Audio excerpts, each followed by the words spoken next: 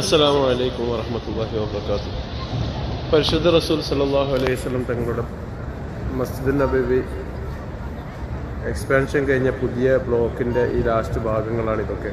അഥവാ പച്ചക്കുബയാണ് അവിടെ കാണുന്നത്. പച്ചക്കുബ അതിൻ്റെ നേരെ ഇപ്പുറത്ത് ബാബു സലാം, പിന്നെ ബാബു അബൂബക്കർ, ബാബു തൗബല്ല ലാസ്റ്റ് മൂന്നാമത്തെ കോർണറിലെ ബാബ് മറന്നുപോയി. ഏതായാലും അവിടെ കുറേ ആ ഒരു ഏരിയ അഥവാ റസൂലുള്ളാഹി സ്വല്ലല്ലാഹു അലൈഹി വസല്ലം തങ്ങളോട് സലാം പറയാൻ വേണ്ടി ചെല്ലുന്ന ആ ഒരു ഉള്ളിലേക്ക്, പള്ളിയുടെ ഉള്ളിലേക്ക് പ്രവേശിക്കുന്ന ആ സ്ഥലം, അവിടെ നിന്ന് എക്സ്പാൻഷൻ ചെയ്ത് കാണ്ടി ഇതുവരെ ഈ മിനാരം വരെയുള്ള ഈ ഭാഗത്തൊക്കെ ഇപ്പോൾ പുതിയ പള്ളി നിർമ്മിച്ചതാണല്ലോ. പുതിയ ഈ പള്ളി ഈ ഒരു സ്ഥലം ബനുന്നജാറുകാരുടെ വാസസ്ഥലമായിരുന്നു പണ്ടത്തെ കാലത്ത്. അവിടെയും അതിൻ്റെ പുറത്ത് ഈ ഒരു ഭാഗങ്ങളൊക്കെ. ഞാൻ ഇത് പറയാൻ കാരണം റസൂലുള്ളാഹി സ്വല്ലല്ലാഹു അലൈഹി വസല്ലം തങ്ങളുടെ പ്രിയപ്പെട്ട പിതാവ് മരണപ്പെട്ട് കിടക്കുന്നത് ഈ ഒരു ഏരിയയിലാണ്. അതെവിടെയാണെന്ന് ഞാൻ കാണിക്കാൻ പോകുന്നത്. റസൂലുള്ളാഹി സ്വല്ലല്ലാഹു അലൈഹി വസല്ലം തങ്ങൾ മാതാവിനൊപ്പം 6-ാമത്തെ വയസ്സിൽ മദീനയിലേക്ക് പിതാവിൻ്റെ കബർ സന്ദർശിക്കാൻ വരുന്നത് ഈ ബനുന്നജാറുകാരുടെ താമസ സ്ഥലത്തേക്കായിരുന്നു. അവിടെയുള്ള വീട്ടിലേക്കായിരുന്നു, അവരുടെ കുടുംബ വീട്ടിലേക്കായിരുന്നു അവർ വന്നിരുന്നത്. ബനുന്നജാറുകാർ എങ്ങനെയാണ് റസൂലുള്ളാഹി സ്വല്ലല്ലാഹു അലൈഹി വസല്ലം തങ്ങളുടെ കുടുംബമാകുന്നത് നിങ്ങൾക്കറിയോ? മഹാനായ അബ്ദുൽ മുത്തലിബിൻ്റെ ഉമ്മ സൽമാ ബീബി റളിയല്ലാഹു അൻഹു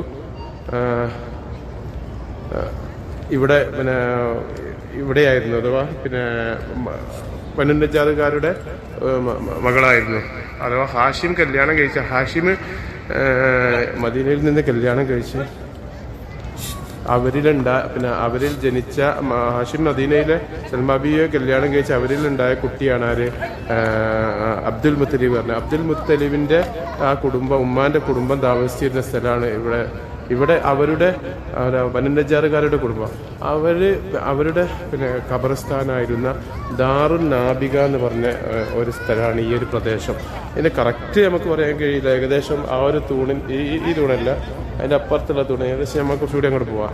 ആ ഒരു ഭാഗത്താണ് എന്നൊക്കെ പറയപ്പെടുന്ന ചരിത്ര ഗ്രന്ഥങ്ങളിൽ. അവിടെ ആയിരുന്നു അവരുടെ ഖബർസ്ഥാൻ ഉണ്ടായിരുന്നത്. അപ്പോൾ അങ്ങനെയാണെങ്കിൽ മഹാനായ അബ്ദുള്ള റളിയല്ലാഹു അൻഹുവിൻ്റെ ഖബറുണ്ടായിരുന്നത് ഈ ഒരു ഭാഗത്താണ് എന്ന് നമുക്ക് അനുമാനിക്കാൻ കഴിയും. അതിൻ്റെ യഥാർത്ഥ അറിവല്ല. അവരുടെ ആ ഖബർസ്ഥാൻ ദാറുൻ നാബിക എന്ന ഖബർസ്ഥാൻ ഉണ്ടായിരുന്ന പ്രദേശം ഇവിടെയാണെന്ന് ചരിത്രത്തിലുണ്ട്. അപ്പോൾ ആ ദാറുൻ നാബികയിലാണ് അബ്ദുള്ള റളിയല്ലാഹു അൻഹുവിനെ ഖബറടക്കം ചെയ്തത്. അതുപോലെ തന്നെ റസൂലുള്ളാഹി സ്വല്ലല്ലാഹു അലൈഹി വസല്ലം തങ്ങൾ നീന്തൽ പഠിച്ചിട്ടുണ്ട് ഇവിടുന്ന്. അതായത് റസൂലുള്ളാഹി സ്വല്ലല്ലാഹു അലൈഹി വസല്ലം തങ്ങൾ ഉമ്മാൻ്റെ കൂടെ മദീനയിലേക്ക് വന്നല്ലോ പിതാവിൻ്റെ ഖബർ സന്ദർശിക്കാൻ. 30ഓളം ദിവസം, ഒരു മാസത്തിൻ്റെ മുകളിൽ ഇവിടെ ഈ ബനുന്നജാറുകാർക്കിടയിൽ റസൂലുള്ളാഹി സ്വല്ലല്ലാഹു അലൈഹി വസല്ലം തങ്ങൾ താമസിക്കുന്നുണ്ട് എന്ന് ചരിത്രത്തിൽ കാണുന്നുണ്ട്. അപ്പോൾ അതിനിടയിൽ ഇവിടെ നിന്ന് കളിക്കുകയും കുട്ടികളുമായി ഇവിടെ ഈ ഒരു പരിസരത്ത് അവിടെ ഒരു കുളം ഉണ്ടായിരുന്നു എന്ന് അറിയപ്പെടുന്നു.